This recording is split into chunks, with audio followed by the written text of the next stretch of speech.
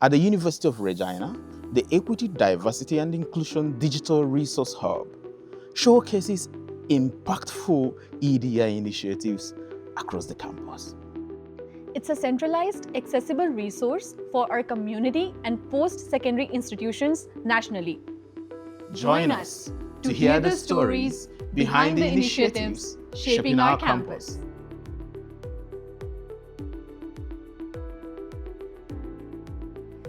So currently at Hill and Levine, I'll start with the research piece. We have a number of researchers who are studying in the area of EDI, so specifically looking at one researcher just got a SSHRC Insight Development Grant looking at disclosures of EDI-related things.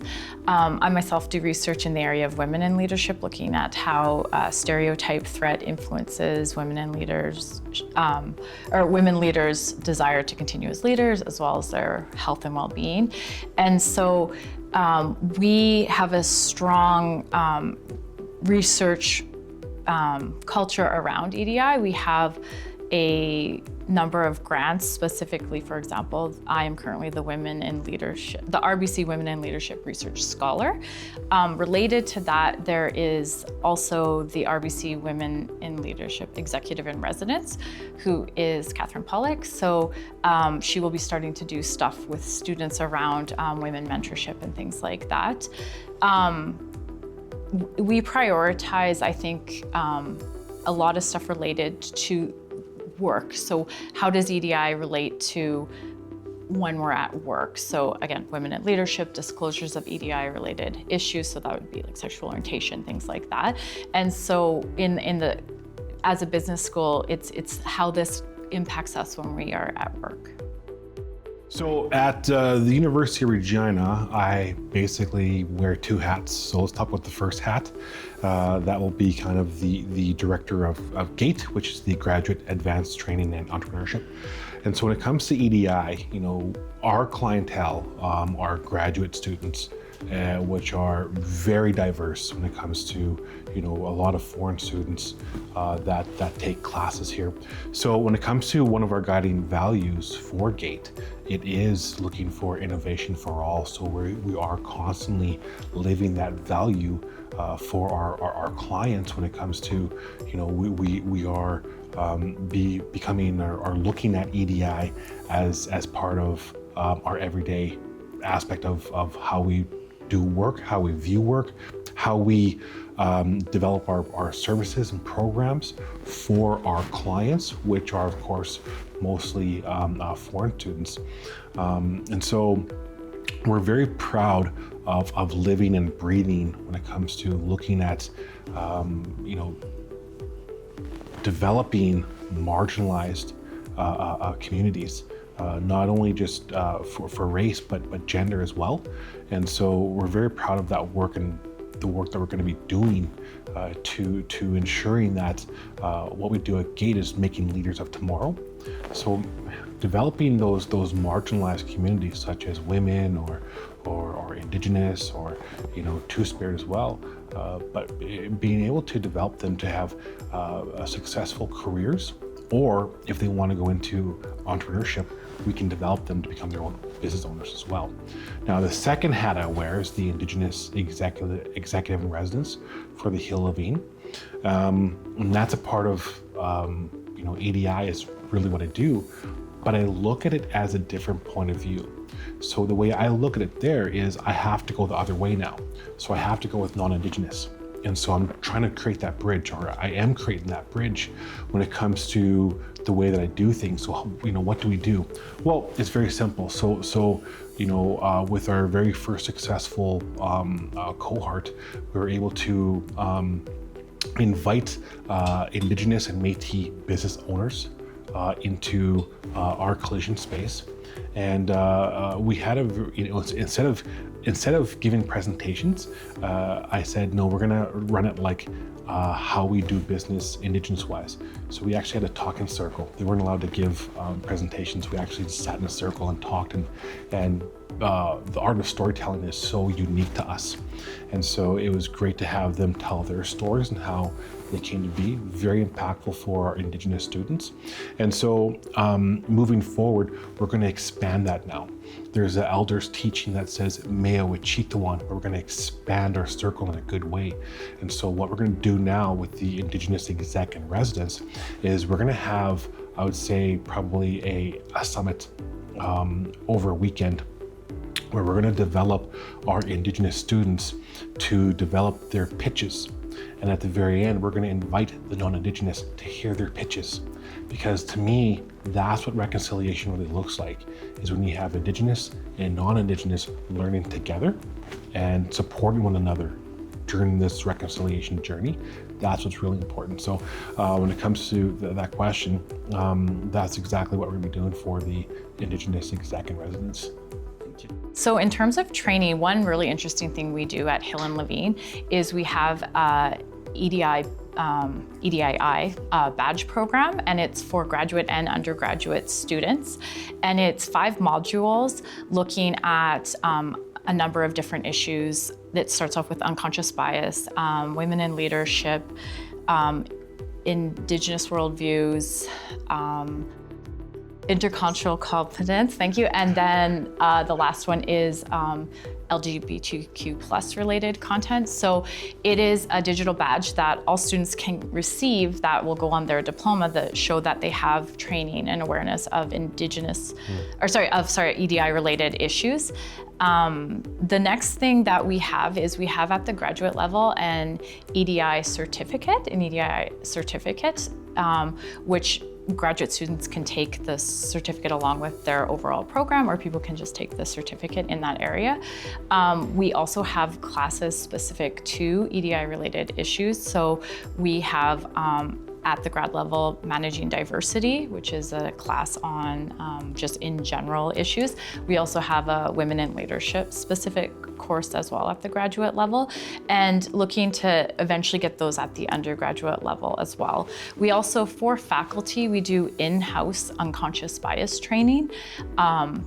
For faculty that are going to be on hiring committees, that are going to be doing reviews of tenure and promotion files, so that they have awareness of how their biases might influence their decisions on these really important decisions. For staff, they complete the every 2 years the university unconscious bias training, so they do that, and we all do the 4 seasons training? Is that? Yeah, 4 seasons of reconciliation. 4 seasons of reconciliation training every other year as well, every 2 years. And so it is something that is important for us at Hill and Levine. Okay, so that's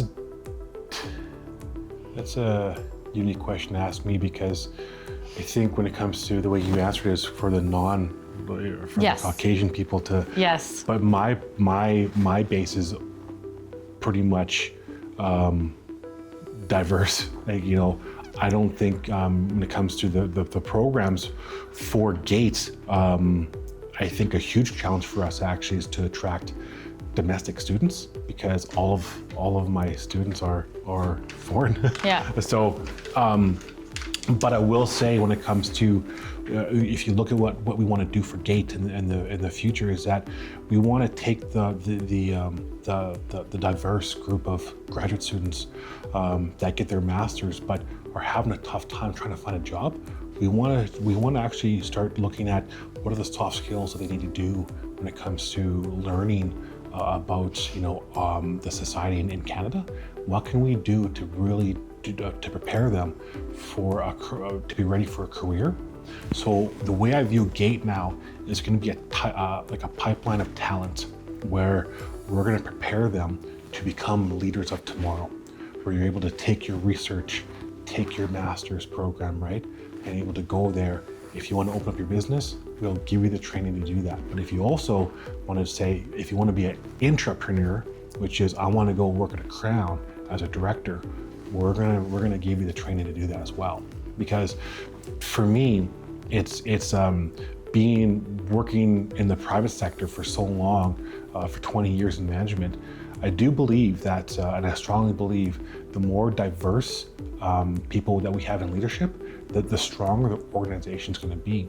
It's because when you have such different aspects of leaderships, and you learn different things from a more diverse, such as a female leader compared to an Indigenous, I just think that it makes the organization that much more outside the box thinking, which makes it for me it's I would say an employer of choice.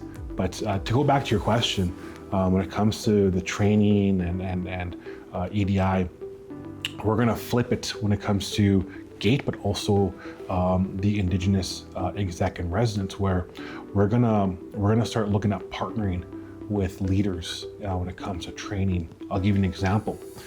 So a couple weeks ago, I was in Boston at MIT. And so for the Indigenous exec and residents, I was able to get a pilot program that I'm bringing over to Hale Levine, where Indigenous students are now able to use this pilot program to really pinpoint, to get more accurate, their business proposals. And it's the pilot so far that I've used on my staff, very successful. And so now I'm going to take that to GATE, to say now to the graduate students, we're going to open this up to you guys, we're going to partner with MIT, and to really, as they use down in Boston, we're going to bend the vector, and we're going to do this as a beachhead market, where they get so pinpoint. This is your entry point to success. So, looking at in the future, incorporating training such as AI into really helping the students evolve their ideas. What you said just made me think. One other thing I think that is important for Hale and Levine is that for all of our different, like our BBA program, our grad-related programs, so the M-Admin and Leadership and the HR, they all have a competency goal. One of the competency goals is EDI related. So when we look through those core classes within each of those programs, those core classes have to include a component of EDI in them, whether that be a case on a women leader or a case on an Indigenous leader. But that is something that is ingrained, should be within all of the core classes in all of our programming as well for students. So it's something they should not just in specific classes experience, but also experience in all of their classes. So we do not have an EDI committee, which we should. And I should be the one who's driving that bus. I think that will be related to our strategy moving forward. But what I will say is that because we have these are two exec and residents that are both related to EDI issues, I think that helps guide us ensuring that there's EDI stuff happening. There are like in-house experts that we can go to ensure that's happening. But that would be for me I know that's a question you're going to ask about future, is like we need that for sure as more of a guiding thing, to have a committee within the faculty. I would say, just to kind of take it from there, as the Indigenous exec and residents, I can say that I am their Indigenous arm. So everything they look at, strategy, course-wise, I'll give you a great example is that I'm working with the professors right now when it comes to just going above and beyond land acknowledgements in their syllabus. And so working with Bruce and Emily to say, let's make it more impactful.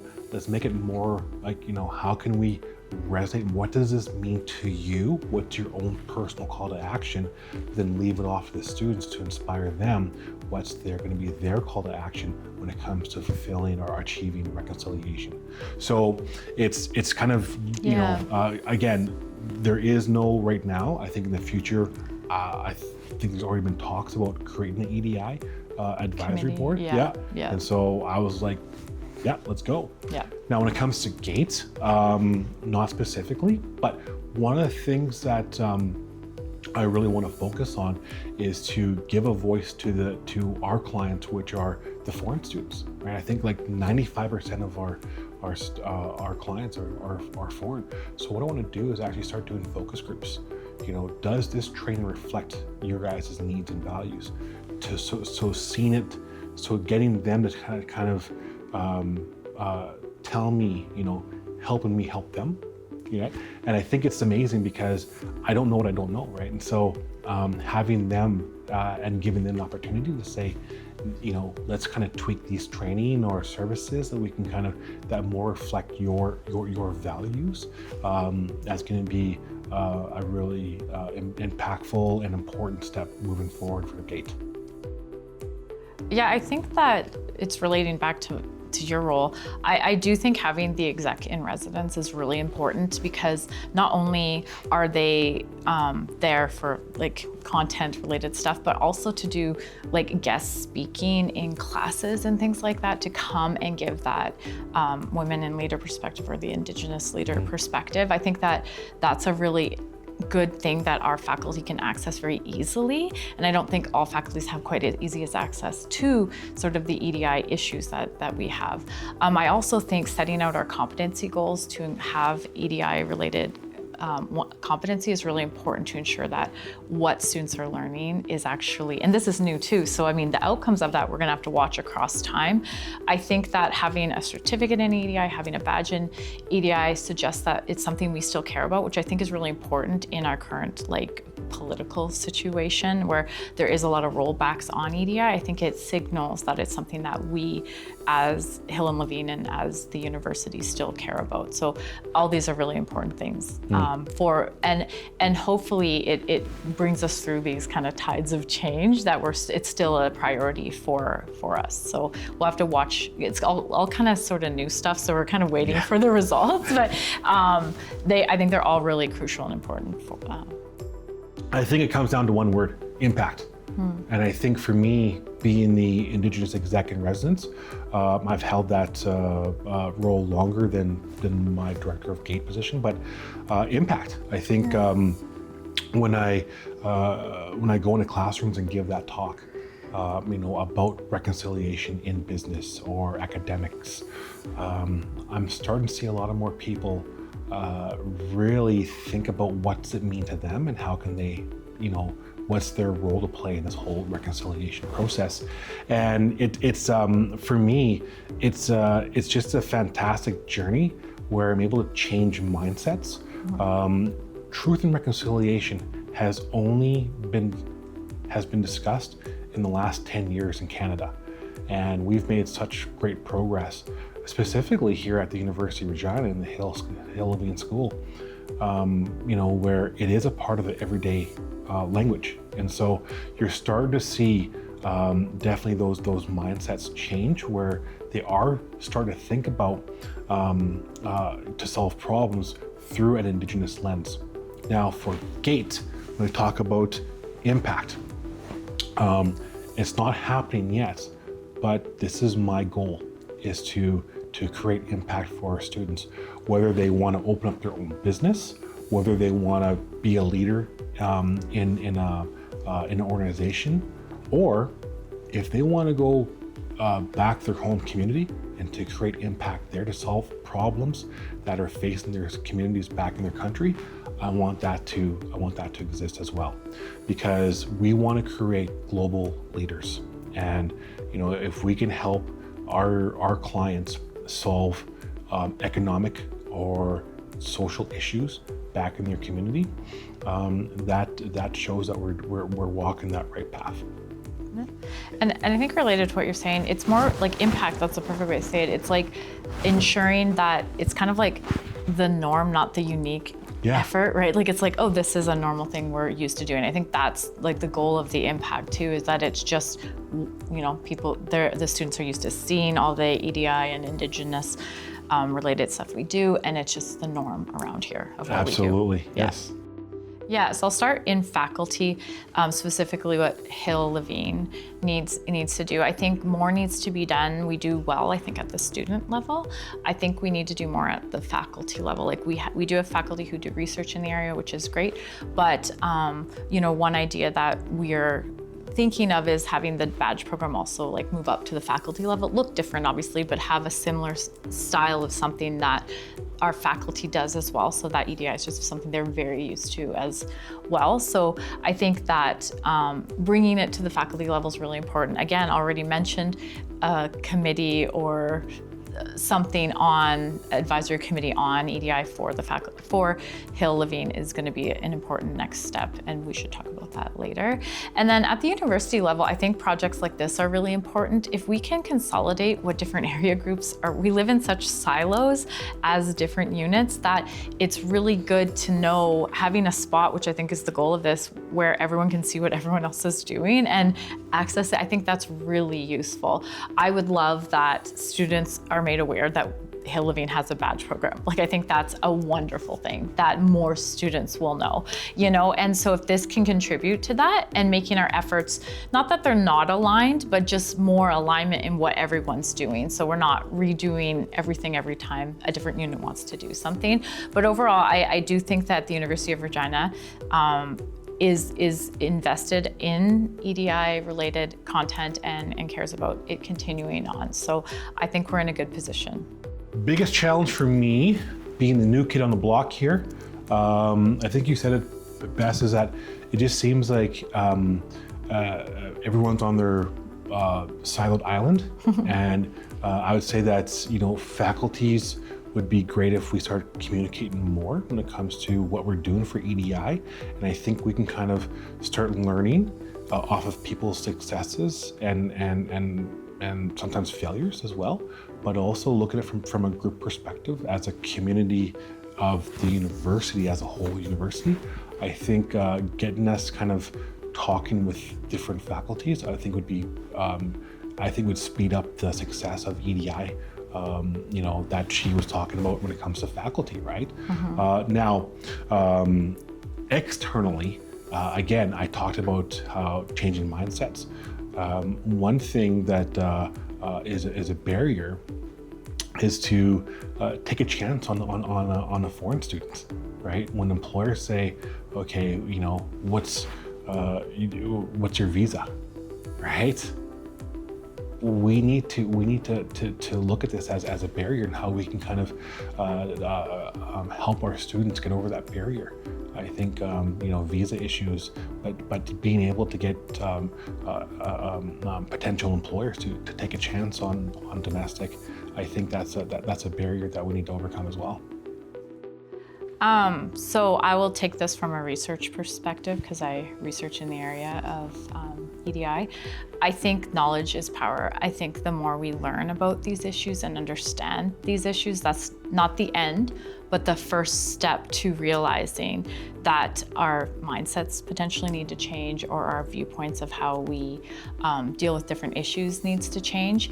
And universities are at the forefront of like the knowledge creation in these areas. So we're in a really good position for people researching, for our teaching, to be the ones who provide that knowledge and get people thinking differently about EDI related issues. One caveat I have to that is, out in industry, it's very much like, oh, EDI is like a hip in thing now, it's going out of style now. It's not something that's hip or in or out of style. It's people's lives, and it's the issues that individuals face based off of their minority status in whatever way that will be, and those will remain important across time. And thus, I think that we as an institution need to show the importance of that to the outside world. I'm reminded of an elder that has since passed away, but he'd always tell me that the more you know about my world and the more I know about your world, the better we make this world for our children. Because we don't inherit this earth from our ancestors, we borrow it from our children. So what we do today is going to impact tomorrow. And so when it comes to EDI, the more we know about our neighbors and the way that they're brought up and the way they think, it makes our society stronger. We are at such a pivotal point when it comes to our society, so polarized, where we need to get back to, you know, thinking about EDI as a way to propel us into the future to create a better society when it comes to living or having our children live in this world in a better society and that we're currently living in. When it comes to EDI, I always tell people that it's not a handout, it's a hand up. We're looking at helping people who've been marginalized for generations and generations. It's time to break that cycle and to help out. But to go back to the elders saying is that it's better to create a society where everyone knows and respects everyone and learns something from everyone's culture to create this beautiful culture in Canada and at the University of Regina.